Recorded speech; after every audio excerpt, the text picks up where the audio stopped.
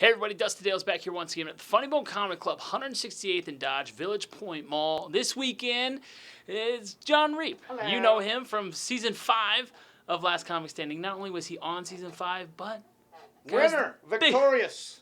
Big winner right here. Victorious. I like it. Thank you. I like it. Congratulations. Well, thank you, Dustin. It was great. You know, for 1 year, I was able to tell everyone that I was the best comedian in the world.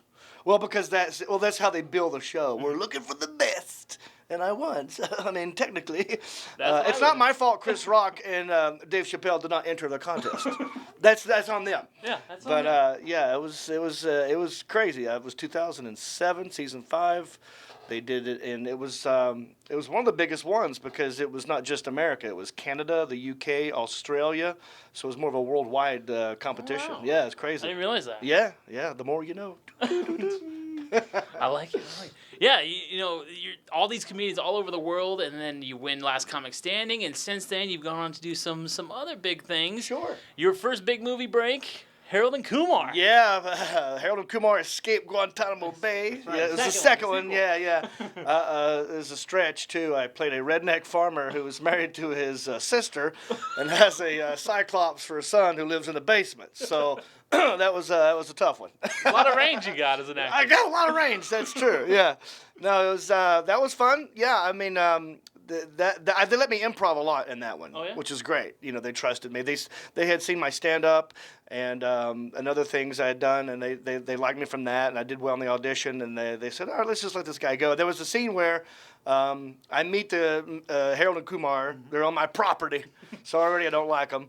And I'm hunting deer, and I shoot this deer. This deer's head explodes on them, and they're covered in blood. And then I go, and I stab the deer, and I lick the blood off, and I'm like, born in 2004, like it's a fine wine. That's a good year for deer, you know. And I just improv all that stuff, and they were really cool to keep it in. And but that was the first one, yeah. That was God, what year was that? That was actually right before I won Last Comic Standing, but it came out later. Oh, okay. So it looked like, wow, he won. They put him in a movie, but yeah. Very nice. So if you wouldn't have won, then they would have took you out of the movie, then, right? I guess so. I guess there's a possibility. We'll never know.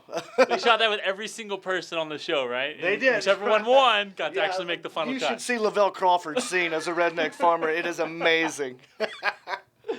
Now, more recently, I should say, on HBO Eastbound and Down, you had a few different episodes of that. That was the last season. I played a guy named Jed Forney. I was an ex-NASCAR champion. Which I'm from NASCAR country, North Carolina, you know, so that was also not a stretch. And I did a lot of stuff for Dodge trucks over the years, you know, and I do enjoy some NASCAR every now and then. Some of those guys are my friends, but it wasn't that, and again, not a stretch. I'm pretty good at sticking to my wheelhouse. But yeah, I played that was a dream come true as well because I was already a fan of the show. Yeah. Yeah, I mean, 2 years before being on the show, I was Kenny Powers for Halloween. Nice. I remember sitting on a couch next to Danny McBride, wondering if I should show him the picture of me as him 2 years ago, or do I keep it like I don't want to be too much of a fan guy. Plus, it hasn't aired yet. I don't want to get cut out because I'm the weirdo. So I kind of waited till the rap party. Oh, by the way, I was you for Halloween. He was like, "That's dope, dog." So that was a lot of fun. Those guys work hard and they play hard, and I would love to go back and do it. I wish that show still existed. Was there a different vibe between doing the TV show and a movie, or does the set kind of feel the same? Well, they shoot Eastbound and Down like a movie. You know, it's in the sense that there's not a studio network. I mean, it's not a studio audience. You know, it's like a movie. So, not a whole lot of difference. They let you do a lot of improv. They let you obviously a lot of different takes, different versions of the same stuff. But yeah, I remember. See, that with Eastbound and Down was difficult because as a fan, it was more nervous than normal. You know, when you're a fan of something and you're on it, then you're like, I really don't want to screw up, which kind of makes you more nervous. But if you kind of didn't know what you're getting into, you're like, whatever. And then you kind of let loose and it's easier, you know. But those guys, I remember take one, they were improvising. Everyone's off the script. I already memorized everything. I was ready to go. And they're like not even doing their thing. I'm like, whatever. And then I was like, I guess I got to get in here and just make up stuff too. And so that's kind of how we played it. But that was they're very similar. I was also in a sitcom called Rodney. Rodney Carrington had a sitcom. Now that's different because that was in front of a live TV audience. Okay. And so that one, the writers are there. They don't want any improv. They're like, we want these lines in here because this is what we wrote. We spent a week on doing it. So that's a little different, yeah.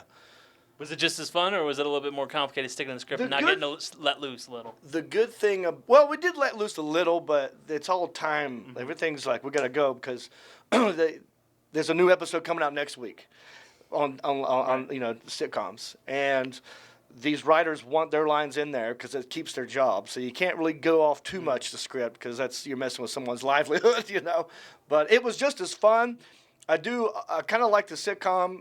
They're both great, but for different reasons. The good thing about the sitcom is it's over. It's like you're not going to spend all night trying something out, getting around, because that audience has to go home where you have to pay them. Mm-hmm. And so they want to waste money. So it's like, let's go. Do you get over it? Okay, that's it. And then tomorrow's a new day. Whereas movies, it's like, if you don't get it right, we're going to be here all night until we get this right, So both are good for different reasons, yeah. Now, you said that you were a fan of Eastbound and Down. Is there a TV show on now that you're a big fan of that you would love to get a side role on? I'm afraid to say it because I don't want to jinx it because I do want to be on this show. You probably already know what it is. I would say The Walking Dead. Is that right? Or... You know what's funny? Okay. I have not, and there's a reason for this. Okay. I got burned on Lost. Okay. Remember Lost? Uh-huh. Yeah. I love that show. And I watched the whole thing, and I got to the very ending, and I thought, what? Really? And it kind of made me mad. Yeah. So then from then on, I thought, I'm not going to invest my time into a new series until I know that the ending is worthwhile. Now, that doesn't mean I want to know what the ending is. I just want to know that people are okay with how it ended. So I'm waiting for, I love Breaking Bad, but I'm waiting for Walking Dead to end to see what the chatter is. Like, oh, that was a good ending. Then I'm going to watch it. Okay. But no, it's Westworld on HBO. Westworld. I just got into that. I let a few episodes build up, and then I started watching. Great. I've got one episode to go, and then I'm caught up. But it's fantastic. Right? I agree. It's cowboy. Come on, I can play... Dude, I'd be a great host. Yeah, you'd be a good host. In the Westworld, yeah, and it's everything that I love. It's sci-fi, it's robots, and it's cowboys, and there's lots of sex and violence. I love it. I want to be on that show. If you're listening, J.J. Abrams, hook me up. I play a good redneck. You could kill me 8 times a day. I don't care. He don't care. He's a redneck. He fits the part for a host. I can die Perfect for host. you, man. Come on, hook me up. Now, we were talking a little bit about, before the interview started, about the Cowboys. You a big football fan? I am a huge football fan. I'm from North Carolina, so I root for the home team. Panthers. Okay. This is not a great year for us. No. We're not going to make it to the playoffs. I was actually at the Super Bowl last year, and that was I walked out. I didn't even finish it. I was the only guy in the stadium, almost the only guy in the stadium wearing any kind of Carolina blue because everyone was rooting for the Broncos. Because it was Peyton Manning's last, hurrah, the sheriff's retiring, we're going to hang up his hat. And so everyone was rooting for those guys. And it's easy to hate the Panthers right now, They're all cocky and dabbing after first down. So I get it, but that last play, when we fumbled and Cam didn't jump on it, I was like, I'm out of here. I walked out. And I remember one last time, they scored one more time as I'm walking out. And I was like, I'm gonna be the first one to Uber line. I will win the Uber challenge. But I do love football.